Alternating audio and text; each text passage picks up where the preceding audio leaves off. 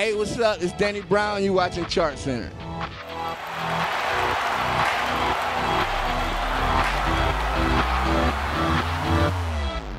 Yo, it's Chart Center. I'm Tetris. And I'm Christina. And last week we told you Major Laser's Cold Water featuring Justin Bieber was looking at a big debut. We're kind of the smartest people in music. Basically geniuses, because this week they start off at #2 on the Hot 100. And Bieber gets his 4th top 2 debut on the Hot 100. That's, hey, only second to Miss Mariah Carey. But Tetris, don't forget the track also features Mo. No, Christina, baby, it's Moo. Or is it Meh? Meh? Meh? Let's ask her.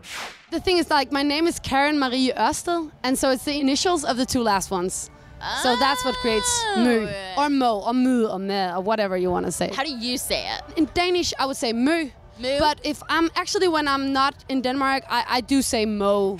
Cold Water is also the best-selling and most streamed song of the week. Meanwhile, what do you do when you're released from prison? No, tell them what you did. Tetris, I don't want to talk about it. Ooh, scandalous. Well, you release a top 10 album a couple months later. Gucci Mane's Everybody Looking debuts at #2 on the Billboard 200 this week. And it's his highest ranking album ever on the chart. Not a bad homecoming gift. Plus, he recorded the album in just 6 days. It's pretty impressive, but still, even Gucci's return wasn't enough to unseat the king from his throne.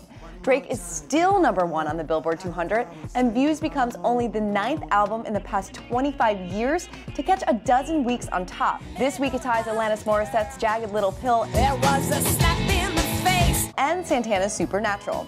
Now, if it doesn't let go of the top spot, it'll tie the Frozen soundtrack's 13 next week. Let it go, Drake. Me and Elsa aren't gonna let it happen. The party is over. Close the gates. The legendary music festival Lollapalooza celebrated its 25th year this weekend. And who better to celebrate 25 years than our resident millennial, Shira Karsen, who, is she even 25? I don't think so. Probs not, but you know what? I'd have it no other way. We set her loose on the fest to talk Lala trivia, play Fashion Police, and a lot more. It's your live look-in presented by StubHub. StubHub, your ticket out. Hey, what's up, guys? I'm here at Lollapalooza inside this giant picture frame, and I am talking to millions and millions of people about where they were 25 years ago when Lollapalooza first started. Where were you 25 years ago? I wasn't even born 25 years ago.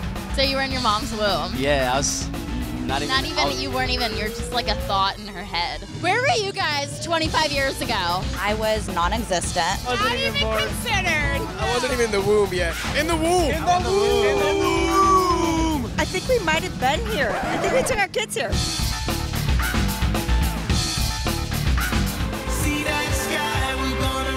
So when you played Lala 2 years ago, you were 17 or 18, and now you're 20, and now you're in a primetime slot. That's insane. I have to pinch myself all the time. It's definitely crazy. It came up really fast because I'm on tour right now. Then all of a sudden I woke up and I was like, oh, you know, today's Christmas. It's Lollapalooza. Like, we're here. Why do you like g-eazy so much?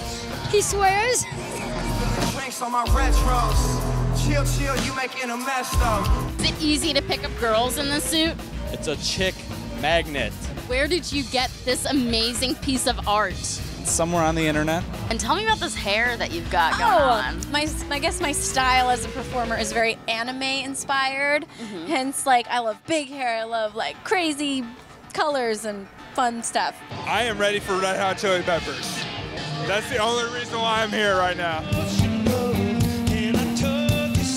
What's your favorite emoji to use? The eggplant with the water splash. I mean, because it says so much in a small sentence, you know? In a few characters, you're saying so much. I performed Lollapalooza a couple times, but I also fell off of a bridge and got shocked by like 15,000 volts of electricity a couple blocks that way trying to sneak into Lollapalooza when I was a kid.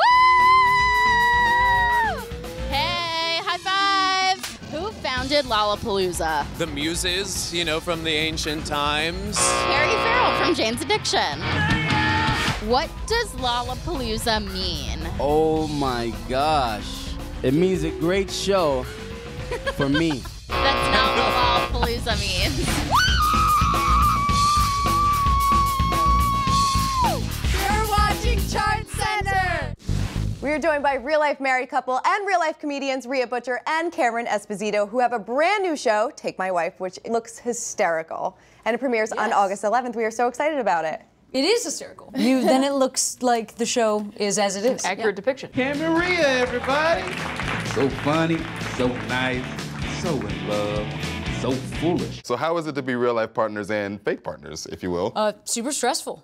I mean, it's like a lot of work working with your significant other. So much work. It's frankly annoying. You know what I mean? Like, all I want to do is just get away from me. Get away from Rhea. Yeah. We have to stand next to each other. And yeah. she's still there. I can't believe she lives with me.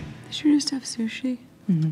Are you taking a lot of your real life situations and bringing it into the show? Is it kind of all blending together? Thematically, everything that happens in the show is something that happened to us in our real lives. However, we change, like, you know, people's names in certain situations because we don't want to, say, blow up all of our relationships with everybody that we know. That one friend that's like, was that me? You're like, yeah, that's why we cast a super annoying person. No, that's why we can't do it. Yeah, so. Now, this is Billboard Chart Center, so I have to ask you about music. What's one of your favorite artists right now? Well, obviously we're lesbians, and two of us. So we share everything. So we love everything, and also Tegan and Sarah.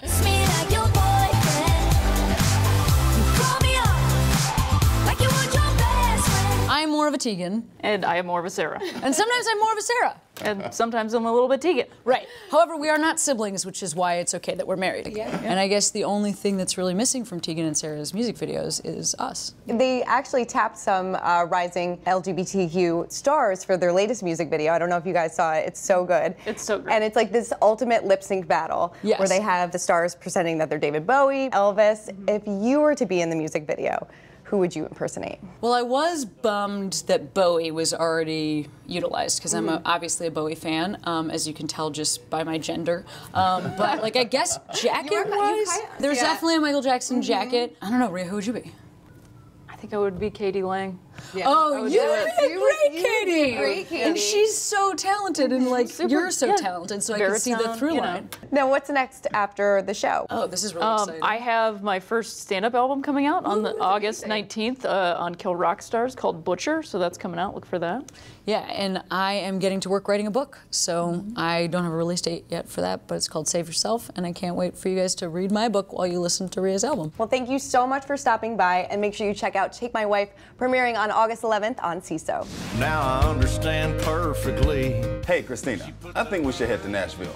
Yeehaw! Hell no. Please don't take her to the stables. Let's zoom in to country music for our special segment presented by StubHub. Billboard cover star Blake Shelton watched his last 17 official singles shoot to #1 on Billboard's country airplay chart. And his latest album, If I'm Honest, debuted at #3 on the Billboard 200 in May and has sold more than 300,000 copies. 2016, personally and career-wise, my greatest accomplishment is wrapping up and releasing the If I'm Honest album. And the reason I say personally and professionally is the two kind of go together on this record way more than any other piece of music I ever made before. It's basically the story of my life in the last year, starting on a high and coming down to rock bottom and bringing it back up out of the ditch, you know, and ending on a high note. Dierks Bentley, meanwhile, had the highest debut for a country album this year on the Billboard 200 chart, coming in at #2. The whole launch of a record is such a production in of itself. You do so much in the weeks leading up to the album launch. So when I heard that the album went #1 for, you know, country, it's been one of those album cycles that's just been really magical. Billboard also sat down with a roundtable of powerful female country artists, including Maren Morris, whose debut studio album Hero started at #1 on the top country albums chart in June. You can watch the full roundtable on Billboard.com, but here's a sneak peek. I'll be honest, before the record came out, I did feel nervous that people would think it's all over the place and too pop or whatever. I realized, like, as long as I'm the first person that loves it, and I'm happy with it, it's like I have to release it out into the world and let the chips fall where they may. Before we leave, there is one other question we asked Dierks Bentley. Whose Twitter account would you hijack if you could choose anybody's? His answer may terrify you. Wow, if I could hijack anybody's Twitter account, gosh. I think I'd have to take over like Fifth Harmony's Twitter account. Shut your mouth. You know, we were putting out an album at the same time they were, and their fans are, I mean, I say this all lovingly, you know, they're very rabid, they're very excitable. And it might be kind of fun to kind of take over their Twitter for a day and kind of mess with their fans a little bit. Oh, no, he didn't. The harmonizer? Oh, my God. I don't even know what he got himself into. I can't wait to watch this. But to sign off, how about we head over to the Lollapalooza stage for some of our favorite performances of the weekend. I'm Tetris. And I'm Christina. We'll see you next week. This is so good. I would wait lost away without you. You're the shining to my star. I'd be searching till I found you wherever you are.